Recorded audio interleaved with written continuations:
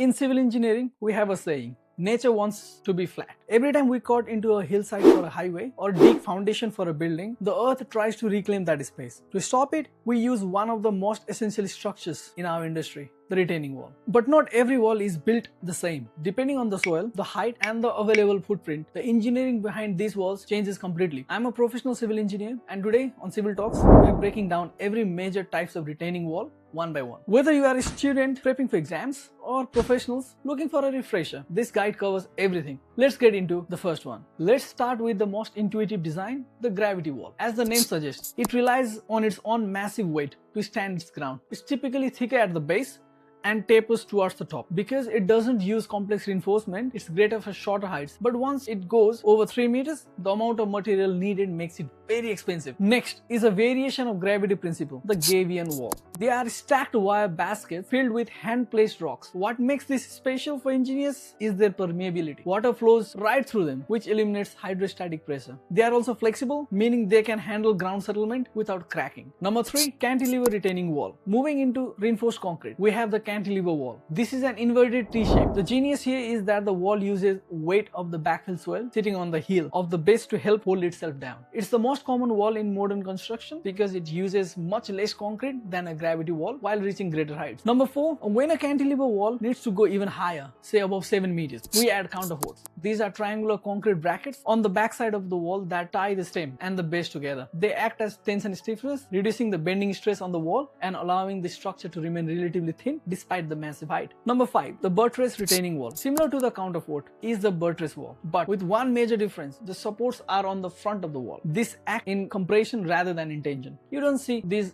as often in standard landscaping because the supports take up space in the front of the wall, but they're incredibly strong for heavy industrial loads. Number 6, the sheet pile wall. When you are walking in tight spaces or soft soil, you use sheet piling. These are long, interlocking sections of steel or vinyl driven deep into the earth. There is no traditional footing. Instead, the wall relies on the passive pressure of the soil it's driven into. This is our go-to for cofferdams and waterfront structures. Number 7, the anchored retaining wall. If a sheet pile or thin wall needs extra help, we add anchors. We drill tiebacks deep into the stable rock or soil behind the wall, grout them in place, and then tension them. The mechanically stabilized wall. Finally, the MSE. If you look at highway overpass, you are likely looking at one of these. The concrete panels you see are just a skin. The real strength comes from the layers of geogrids or steel strips buried in the soil behind the panel. It's actually the reinforced soil itself that is the structure. From simple mass to high tension anchors, those are the primary tools we use to hold back the earth. If you are out in the field or studying for your next project, understanding those distinctions is what separates a good design from a structural failure. If you found this breakdown helpful,